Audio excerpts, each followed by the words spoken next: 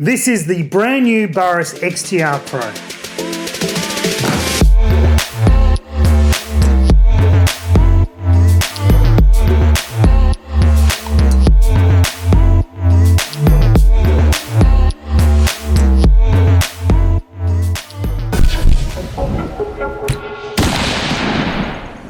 All right, this is the new XTR Pro. It is very nice. This is not the replacement for the XTR3. They are still around. They're getting a little bit of an upgrade themselves. We'll talk about them when they arrive. But this is the XTR Pro. This is the next step up. And it's got some funky red bits going on.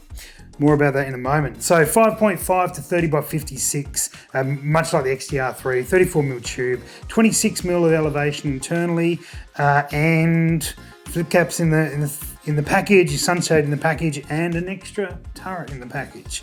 So the biggest thing you'll notice is probably this bit here and this bit here. But what you can't see on this side here, this one also comes with Illumination, which is a nice little upgrade on here the XTR3 originally didn't have.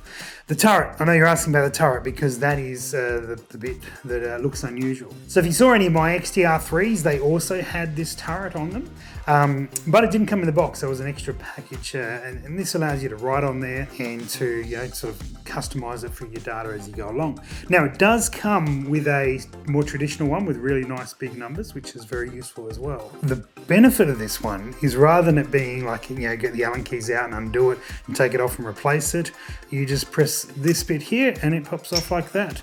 And then you can either go back to this one here if you want to, or you could have that one there.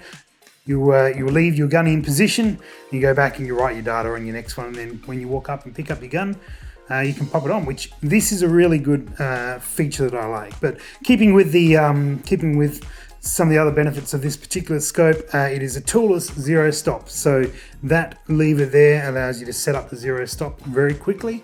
And well, I'll try it out soon, hopefully very accurately. So hidden under these caps that come with it, the flip up caps that I'm sure will not last all that long. This one here on the diopter, you've got both a locking and a quick adjust diopter, which doesn't make some sense. You can wind that off and it becomes a quick adjust, like a standard European sort of style adjustment on your diopter. But then you've got this little locking ring that will actually lock that up as well. So I prefer this type of diopter where you've got that little locking ring so you can lock it quickly and easily, but it's not like as significant as some other scopes where they lock down a lot tighter and a lot harder. I really like that. That one's hidden under the cap. It's got this red anodizing on the magnification ring. Pretty sure that's just so that when you look at a row full of rifles at a PRS match or something like that, the Burris is going to stand out significantly. So not much more than that over the XTR3, although I believe they are a step up in the glass as well. Guess we're going to have to take it out into the field. There's a couple of things that I wish that we would have on this.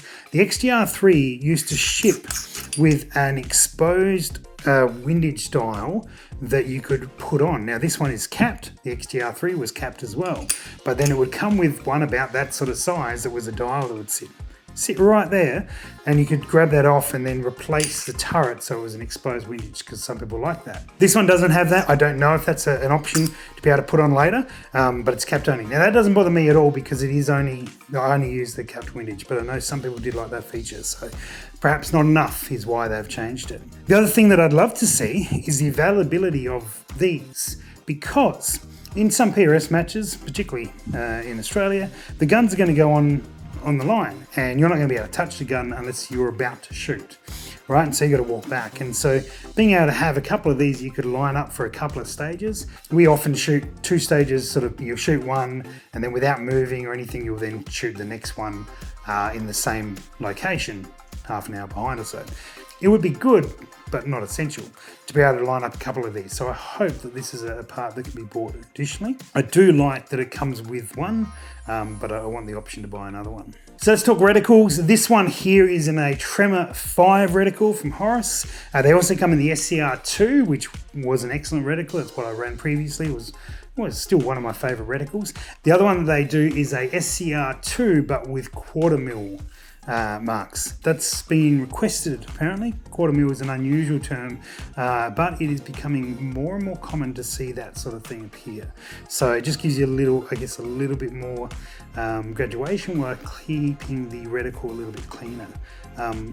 Not a bad idea. I haven't looked through one myself. I haven't had any experience with that. This is the Tremor 5. So this one is actually my scope. It's not sponsored. It's not given to me. I paid for this and I like the Burris scopes and I was looking for something when all these new scopes came out, and I think I've settled on this one, at least for now. I'm going to give this a go. Going to run this for a little while. I'm actually going to hand it over to Plushy to run this weekend at a match coming up. So he can give it a crack and actually put it to good use, and we'll see what his take on it is as well, because he wants to run a Tremor 5, or at least he thinks he wants to run a Tremor 5. We'll find out. We'll talk to him after the shoot. So that's the Burris XTR Pro. That's a quick little look at it, and I am excited to get it out. Excited to use it if it's anything like the XTR3, but with a little bit of a bump up. I am looking forward to it. They come in probably a little bit cheaper than most of their competitors, a few $100, just under, depending which reticle you go. So they are certainly a potential option. They do lack a little bit in magnification. These are 5.5 to 30. A lot of the competitors are coming out at 6 to 36, 7 to 35, or 8 to 40, something around there. So they're a little bit low on the top end, but generally for me, that hasn't been too much of an issue. So I'll give this one a run and keep you updated on how it goes.